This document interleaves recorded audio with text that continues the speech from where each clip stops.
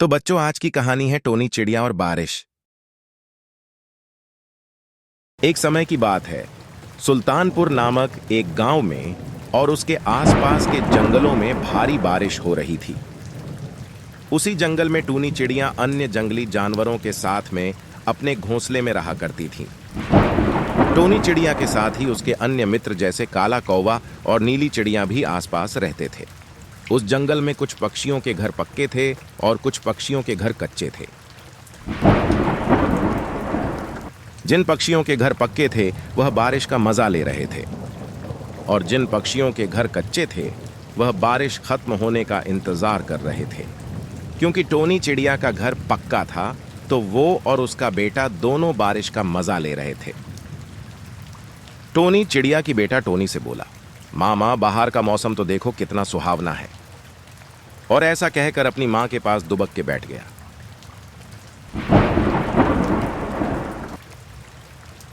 रात का समय था, काफी बारिश हो रही थी।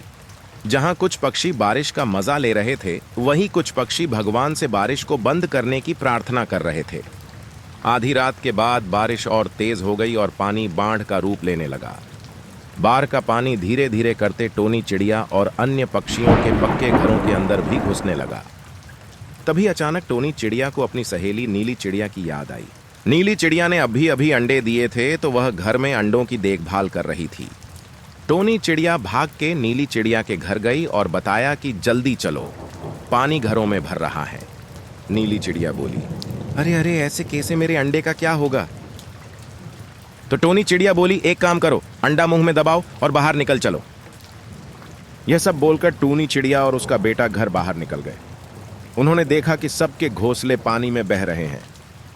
उसके बाद नीली चिड़िया चोंच में अंडा दबा के काले कौवे के साथ में अपने घोंसले से बाहर आ गए। पर नीली चिड़िया का अंडा अचानक से नदी में गिर गया। काला कौवा यह सब देख रहा था तो उसने अंडे के पीछे दौड़ लगा दी। पर पानी के तेज बहाव के कारण वह अंडे को नहीं पकड़ सका। फिर वह वापस नीली चिड़िया और टोनी चिड़िया के पास वापस आ गया।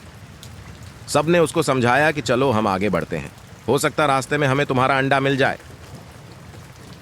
ऐसा कहकर सब लोग उड़ जाते हैं। समय के साथ बारिश भी खत्म हो जाती है। सभी पक्षी अपने अपने घोंसले की तरफ चले जाते हैं और कई दिन बीत जाते हैं। एक दिन काले कौवा का बेटा और टूनी चिड़िया का बेटा अन्य पक्षियों के साथ बाहर खेलने मैदान में जाते हैं।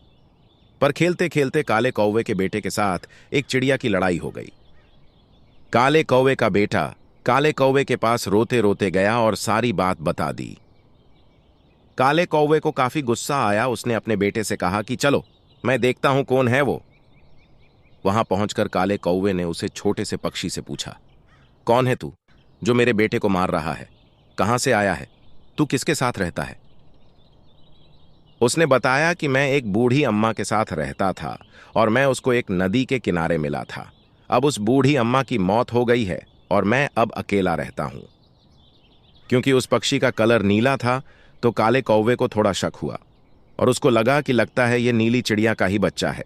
काले कौवे ने छोटे नीला पक्षी से कहा कि तुम मेरे घर चलो, मैं तुम्हें किसी से मिलवाता हूं। छोटा नीला पक्षी तैयार हो गया और सभी लोग काले कौवा की घर की तरफ हो लिए। घर पहुंचकर काले कौवा ने नीली चिड़िया और टोनी चिड़िया को सारी बात बताई। नीली चिड़िया की आंखों में आंसू आ गए और उसने अपने बच्चे को गले से लगा लिया। यह सब देखकर नीली चिड़िया, काला कौवा और अन्य पक्षी भी भावुक हो गए और सब लोग खुश हो गए कि हम सबकी फैमिली पूरी हो गई और सभी लोग खुशी खुशी एक साथ रहने लगे।